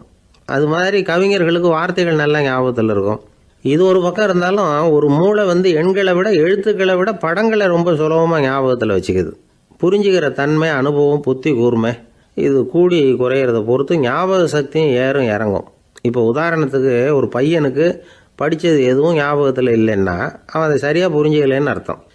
இந்த மறதிங்கிறது எந்த சமயத்தில் ஒரு பிரச்சனை ஆகுது தெரியுமா? உங்களுக்கு வேண்டியப்பட்ட ஒருத்தரை ஞாயிற்றுக்கிழமை சாயந்தரம் சரியாக 5 மணிக்கு கடற்கரைக்கு வர சொல்லிவிட்டு அந்த நேரத்தை மறந்துவிட்டா அது பரவாயில்ல, வர சொன்னதையே மறந்துவிட்டா தான் நிலைமை மோசம்னு அர்த்தம். இப்படி இருந்தால் இது சிகிச்சை எடுத்துக்க வேண்டிய நிலைமைங்கிறத புரிஞ்சுக்கணும். ஆமாம், இதுக்கும் மருந்து இருக்குது. ஆனால் மூளை குறிப்பிட்ட அளவுக்கும் கீழே இயங்குறப்போ இன்னொன்று சொல்லுவாங்க, இந்த நியூரோ டிரான்ஸ்மிட்டர் அப்படின்னு சொல்லுவாங்க. அப்படிங்கிற மூளை ரசாயனம் ரொம்பவும் குறைஞ்சி போகிறப்போ மட்டும்தான் உபயோகப்படும். டாக்டர் என்ன சொல்கிறாங்க தெரியுமா? மூளையை பொறுத்த வரைக்கும் அதில் ஞாபக சக்தி அதிகமாக உள்ள மூளை, மறதி உள்ள மூளை அப்படின்னு ஒன்றும் கிடையாது அப்படிங்கிறாங்க. நினைவு வச்சுக்கிறதுக்கு பயிற்சி அளிக்கப்பட்ட மூளை, பயிற்சியற்ற மூளை அப்படின்னு வேணும்னா சொல்லலாம் அப்படின்னு சொல்கிறாங்க. அதனால் நம்ம ஞாபக சக்திங்கிறது நம்மக்கிட்ட இருக்கிற பயிற்சி, முயற்சி இதை பொறுத்து தான் அமையும். ஒருத்தர் ஒரு பென்சிலை எங்கேயோ வச்சுக்கிட்டு தேடிக்கிட்டு இருந்தார். அப்புறம் என்னமோ தீவிரமாக யோசனை பண்ணி அதை ஞாபகப்படுத்தி பார்த்துக்கிட்டு இருந்தாராம். எதிரில் உட்காந்துருந்தவர் சொன்னார், பென்சிலை தானே தேடிக்கிட்டு இருக்கீங்க, அது உங்கள் வலது காதில் இருக்குது சார் அப்படின்னாராம் அவர். இதுக்கு அவர் சொல்லியிருக்காரு, பென்சிலை வலது காதில் தான் வச்சுருக்கேங்கிறது எனக்கு நல்லா ஞாபகம் இருக்குது, ஆனால் எது வலது காதுங்கிறது தான் மறந்து போச்சு அப்படின்னாராம். அவர் அதை தான் யோசிச்சுட்டு இருந்திருக்கிறார். ஒரு ஊரில் ஒரு குரு இருந்தார், ஜென் குரு. அவரை தேடிட்டு ஒரு மன்னர் வந்தார். வந்தவர் ஜப்பான் மன்னர். தோட்டக்கலையை பற்றி தெரிஞ்சுட்டு போகிறதுக்காக அவர் வந்தார். எப்படி தோட்டம் அமைக்கிறது அப்படிங்கிறத பற்றி அந்த குரு விவரமாக சொல்லி கொடுத்தாரு. 1 நாள் 2 நாள் இல்லை, 3 வருஷம் கற்றுக் கொடுத்தார். அதுக்கப்புறம் சொன்னார், நான் கற்றுக் கொடுத்துட்டேன், இனிமேல் நீங்கள் போகலாம், போய் தோட்டம் அமைக்கலாம், அதுதான் உங்களுக்கு பரிசை. தோட்டம் அமைச்ச பிறகு சொல்லி அனுப்புங்க, நான் பார்க்குறேன். நீங்கள் இங்கே என்னவெல்லாம் கற்றுக்கிட்டீங்களோ அதையெல்லாம் அங்கே செயல்முறையில் செஞ்சு காட்டுங்க அப்படின்னு சொல்லி அனுப்பி வச்சார். மன்னர் போனார். அரண்மனைக்கு பக்கத்திலேயே ஒரு பெரிய தோட்டத்தை உண்டு பண்ணினார். அழகான மரங்களையும் செடிகளையும் உருவாக்கினார். கிட்டத்தட்ட 1000 தோட்டக்காரர்களை பயன்படுத்தி 3 வருஷங்கள் முயற்சி பண்ணி அந்த அழகான தோட்டத்தை உருவாக்கினார். குருக்கிட்ட இருந்து செய்தி வந்தது, நாளைக்கு தோட்டத்தை பார்க்குறேன் அப்படின்னு. மன்னர் உடனே சுறுசுறுப்பாயிட்டார். முதல் நாளே தோட்டத்தை சுத்தப்படுத்தினார். ராத்திரி பூரா யாரும் தூங்கலை. எல்லாருக்கும் தோட்டத்தை ஒழுங்குபடுத்துகிற வேலை. அது அந்தந்த இடத்துல ஒழுங்காக இருக்குதா அப்படின்னு சரி பார்த்தாங்க. ஒரு தவறும் இல்லாத வகையில் அதை ஒழுங்குபடுத்தினாங்க. மறுநாள் குரு வந்தார், தோட்டத்தை பார்த்தார். அவருக்கு கோபம் வந்துட்டுது. மன்னருக்கு ஆச்சரியம், எப்பவும் சிரிச்சுக்கிட்டே இருக்கிறவர் இப்போ எப்படி இருக்கிறாரே அப்படின்னு. மெதுவாக குருக்கிட்ட போய் எல்லாம் சரியாக தானே இருக்குது அப்படின்னார். எல்லாம் சரிதான், ஆனாலும் எங்கே அந்த பொன்னிற காற்று அப்படின்னார். உதிர்ந்த இலைகள், பொன் மஞ்சள் நிற இலைகள் காற்றில் அப்படி புரண்டு ஓடுவதை நான் பார்க்க முடியவில்லையே அப்படின்னாராம். அது இல்லாமல் இந்த தோட்டம் உயிரோட்டம் உள்ளதாக இருக்காது, இதில் பாடல் இல்லை, ஆடல் இல்லை, அதெல்லாம் இல்லாமல் இந்த தோட்டம் ரொம்பவும் செயற்கையாக தெரியுதேன்னாராம். மன்னர் இப்போ தான் யோசனை பண்ணார். கீழே கிடந்த காஞ்சி போன இலைகள் மட்டும் இல்லை, மரத்தில் இருந்த காஞ்சி போன இலைகளையும் அப்புறப்படுத்தி சுத்தமாக வச்சிருக்கிறார். இறப்பும் வாழ்க்கையினுடைய ஒரு பகுதி தான். மரணம்ங்கிறது வாழ்க்கைக்கு எதிரானது அல்ல, அதை நிரப்பும் ஒரு பகுதி தான் அது. மரணம் இல்லையில் வாழ்க்கையே இல்லை அப்படிங்கிறது பெரியவங்க கருத்து. இப்போ அந்த தோட்டம் அழகாக தான் இருக்குது, இருந்தாலும் அது ஒரு ஓவியம் மாதிரி உயிர் இல்லாமல் இருக்கு. குரு ஒரு வாளியை கையில் எடுத்துக்கிட்டார். தோட்டத்தை விட்டு வெளியில் போனார். ஏற்கனவே வீசி எறிந்த அந்த சருகுகளை எல்லாம் அள்ளி கொண்டுகிட்டு வந்தார். உள்ள எல்லா இடங்கள்லையும் அதை வீசினார். உடனே காற்று அந்த காய்ந்த சருகுகளையும் பழுத்த இலைகளையும் அசைக்க ஆரம்பிச்சுட்டுது. இப்போ அங்கே சலசல சத்தம், சங்கீதம், இலைகளின் நடனம், ஓவியம் மாதிரி இருந்த அந்த தோட்டத்துக்கு இப்போ உயிர் வந்துட்டுது. இதுதான் அந்த பொன்னான காற்று அப்படின்னாராம் குரு. மன்னருக்கு புரிஞ்சுது. மிகப்பெரிய ஜென் கேள்வி ஒன்று உண்டு. உம்மான் அப்படிங்கிற ஒரு பெரிய குருவை பார்த்து துறவி ஒருத்தர் கேட்டாராம், இலைகள் எல்லாம் கீழே விழுந்து மரங்கள் மொட்டையாக இருக்கும் பொழுது என்ன நடக்கும்? இதுதான் கேள்வி. இதுக்கு உம்மான் சொன்ன பதில் பொன்னான காற்று, தி கோல்டன் விண்டு அப்படின்னாராம். இதுக்கு என்ன விளக்கம்னா, உன்னுடைய எண்ணங்கள் எல்லாம் உன்னுடைய மனசிலிருந்து கீழே விழுந்து உனது உள்ளுணர்வானது மொட்டையாக நிற்கும் நிலைதான் அது. உனது வேர்களின் அருகில் காற்று வீசுகிறது. எல்லா எண்ணங்களும் உன்னிலிருந்து வெகு தூரத்துக்கு புரண்டு கொண்டே சென்று விடுகிறது. நீ அவற்றை கடந்து விட்டால் நீ அவைகளுக்கெல்லாம் மேலெழுந்து கீழே பார்ப்பவனைப் போல நிற்க ஆரம்பித்து விடுவாய். அதுதான் தியானம் என்பது அப்படின்னு சொல்றாங்க. தியானம்ங்கிறது எண்ணத்துக்கு எதிரானதில்லை. தியானம்ங்கிறது எண்ணங்களை கடந்து செல்வது தான். அதுக்கப்புறம் நாம் பொன்னிற காற்றில் ஆட ஆரம்பிச்சிருவோம். இதுதான் பெரியவர்கள் சொல்றது. என்கிட்ட ஒருத்தர் தோட்டம் அமைக்கணும்னு யோசனை கேட்டு வந்தார். எல்லாம் சொல்லி கொடுத்தேன். செடிகள்லாம் செழிப்பாக வளரணும்னா வேர் காயாமல் பார்த்துக்குங்க, தினமும் தண்ணி விடுங்க அப்படின்னு சொல்லி அனுப்பி வச்சேன். ஒரு மாதம் கழிச்சு ஒரு தோட்டத்தை பார்க்கறதுக்காக போனேன். போய் பார்த்தா எல்லா செடியும் வாடி கிடக்குது. என்னங்க இப்படி பண்ணிவிட்டீங்கன்னு. நீங்கள் சொன்னபடி தான் செஞ்சேன்னார். என்ன செஞ்சீங்கன்னு கேட்டேன். வேர் காயாமல் பார்த்துக்க சொன்னீங்க, தினமும் ஒரு தடவை எல்லா செடியையும் ஒவ்வொன்றா பிடுங்கி பார்த்து வேர் காயாமல் இருக்கா அப்படின்னு பார்த்துட்டு அதுக்கப்புறம் தண்ணி பாய்ச்சனே, அவ்வளவுதான் அப்படின்னார். அந்த ஆளை கண்டா ஏன் இப்படி முகத்தை திருப்பிக்கிட்டு வர்றீங்க அப்படின்னு கேட்டார் ஒருத்தர் நண்பர்கிட்ட. எலெக்ஷனில் அவன் எதிர்த்து நின்னவன் சார், என்ன அவங்ககிட்ட நமக்கு என்ன பேச்சுவார்த்தை அப்படின்னாராம் ரொம்ப கோபமாக இவர். சரி, அந்த ஆள் யாருன்னு கேட்டேன். என் கூட பிறந்த தம்பி தான் சார் அப்படின்னார் அந்த கோபம் குறையாமல். அதாவது நம்ம ஊர் நிலவரம் இப்படி. அதாவது அண்ணனும் தம்பியும் எதிர்த்து நிற்பாங்க தேர்தலில், ஒருத்தர் கண்டா பேசிக்கிறது இல்லை. ஆனால் இங்கிலாந்தில் எப்படி தெரியுமா, அங்கே ஒரே மேடையில் போட்டி போடுற 2 வேட்பாளர்களும் பேசுவாங்களாம், பட்டிமன்றம் மாதிரி. ஒருத்தர் முதல்ல எழுந்திருப்பார், நான் இந்த தேர்தலில் வெற்றி பெற்றால் என்னென்ன செய்வேன் அப்படின்னு சொல்லிவிட்டு உட்காருவார். அதுக்கப்புறம் அடுத்தவர் எழுந்திருப்பார், அவர் சொல்லுவார், நான் வெற்றி பெற்றால் இந்த மக்களுக்கு என்னென்ன செய்வேன், இந்த நாட்டுக்கு என்னென்ன செய்வேன் அப்படிங்கிறத சொல்லிவிட்டு உட்காருவார். 2 பேரும் ஒரே மேடையில் பேசுவாங்க. மக்கள் 2 பேர் பேச்சையும் கேட்டுக்கிட்டு ஒரு முடிவுக்கு வருவாங்க. இதுதான் அங்கே உள்ள பழக்கம். இங்கே அப்படி இல்லை. இங்கே ஒருத்தர் பார்த்தாவே முகத்தை திருப்பிக்கிறது. ஒரு தடவை இது மாதிரி ஒரு கூட்டம் நடந்துகிட்டு இருக்கு அங்கே வெளிநாட்டில் தான். நேரத்துக்கு சரியாக ஒரு வேட்பாளர் சேரல. இது இங்கிலாந்தில் நடந்த நிகழ்ச்சி. அப்புறம் என்னாச்சுன்னா, ஒருத்தர் வந்துட்டாரு, இன்னொருத்தர் சேரல. அப்புறம் உடனே அந்த ஒருத்தர் வந்தவர் பேச ஆரம்பிச்சிட்டார். அதாவது அந்த இன்னொருத்தர் சார்பாகவே பேசிட்டாராம். அதாவது அவர் வரல, நான் அவர் சார்பாக நான் பேசிடுறேன். அதாவது அவர் ஜெயிச்சுட்டா அவர் என்னென்ன செய்வார் இந்த நாட்டுக்கு அப்படின்னு சொல்லி அவர் பக்கத்தில் உள்ள நியாயத்தை எடுத்து இவரே சொல்லிட்டாராம். இப்படிலாம் அங்கே நடந்துதான். இது எப்பேற்பட்ட தேர்தல் பண்பாடு பாருங்க. அதனால இன்னொரு விஷயம், இப்போ இங்கிலாந்துலாம் ஓட்டு கேட்குறப்ப வெற்றியா தோல்வியாங்கிறத ஓரளவுக்கு யூகிச்சு விடலாமா. இப்போ ஒரு வேட்பாளர் ஒரு வீட்டுக்கு முன்னாடி போய் நின்று எனக்கு ஓட்டு போடுங்கன்னு கேட்குறாருன்னு வச்சுங்களேன். அதுக்கு என்ன பார்த்து செய்கிறோம், போயிட்டு வாங்க அப்படின்னு சில வீடுகளில் வாசலில் நின்னே சொல்லி அனுப்பிச்சிருவாங்களாம். வேற சில வீடுகளில் எப்படின்னா, வேட்பாளரை வீட்டுக்குள்ளே கூப்பிட்டு காபி சாப்பிட சொல்லி உபசரித்து அதுக்கப்புறம் அனுப்பி வைக்கிறது வழக்கமா. இதில் எந்த வீட்டு ஓட்டு நிச்சயம் தெரியுமா? வாசலில் நின்னே வழி அனுப்பி வச்சுடுறாங்க பாருங்க, அவங்க ஓட்டு நிச்சயம். உள்ளே கூப்பிட்டு காப்பி கொடுத்து அனுப்புகிறாங்க பாருங்க, அவங்க ஓட்டு நிச்சயம் இல்லையா. சரி, அப்புறம் ஏன் அந்த உபசரிப்பு அப்படின்னு கேட்டால் அதுக்கு ஒரு காரணத்தை சொல்கிறாங்க. அதாவது அது ஒரு அனுதாபத்தை தெரிவிக்கிற முறையா. ஐயோ பாவம், நாம் இவருக்கு ஓட்டு தான் போட போகிறதில்ல, எதையாவது செய்வோம், காப்பியாவது சாப்பிட்டு போகட்டும் அப்படிங்கிற எண்ணமா. இப்படி அந்த ஒரு பழக்கம். ஆக அந்த ஊரில் நிறைய காப்பி சாப்பிடணும்னு ஒருத்தர் ஆசைப்பட்டால் தேர்தலில் தோற்று போகிறதுக்கு தயாராக இருக்கணும். ஒரு சமயம் ஒரு ஊரில் தேர்தல் நடந்துதான். ஒரு தொகுதியில் நின்று தோற்று போன ஒருத்தர் கையில் ஒரு துப்பாக்கியோட ஊருக்குள்ளே சுற்றிக்கிட்டு இருந்தாராம். ஒரு போலீஸ்காரர் அவரை பார்த்துட்டு சந்தேகப்பட்டிருக்கார். அதனால் அவரை தடுத்து நிறுத்தி, என்ன இது துப்பாக்கியோட சுற்றுறீங்களேன்னு விசாரிச்சிருக்கார். இதுக்கு அவர் சொன்னாராம், சார் இந்த தொகுதியில் மொத்தம் 1,00,000 வாக்காளர்கள், அதில் எனக்கு 10,000 பேர் மட்டும்தான் எனக்கு ஓட்டு போட்டிருக்கிறாங்க. அப்படின்னா எனக்கு வேண்டாதவங்க இந்த தொகுதியில் 90,000 பேர் இருக்கிறாங்கன்னு அர்த்தம். இப்படி ஒரு சூழ்நிலையில் நான் என்னுடைய பாதுகாப்புக்கு ஆயுதம் இல்லாமல் நடமாடலாமா அப்படின்னு கேட்டாராம். எவ்வளவு எச்சரிக்கை பாருங்க. நம்ம ஊரில் சில பேர் ஓட்டு கேட்குற விதமே தனி. ஒருத்தர் ரொம்ப சாமர்த்தியமாக ஓட்டு கேட்பாராம். அவர் எப்படின்னா, ஒரு வீட்டுக்கு போகிறாருன்னு வச்சுங்களேன், அந்த நேரம் அந்த வீட்டுக்காரரு என்ன செஞ்சுக்கிட்டு இருக்கிறாரோ அதே வேலையை இவரும் கொஞ்ச நேரம் செய்வாராம் அவருக்கு ஒத்தாசையா. அதுக்கப்புறம் மெதுவாக பேச்சு கொடுப்பார், ஓட்டு கேட்பார், இது மாதிரி எலெக்ஷனில் நிற்கிறேன் கவனிக்கணும்னு. அது மாதிரி ஒரு தடவை அவர் போனப்போ அங்கே அவர் என்ன பண்ணிட்டு இருக்காரு, வீட்டுக்கு பின்னாடி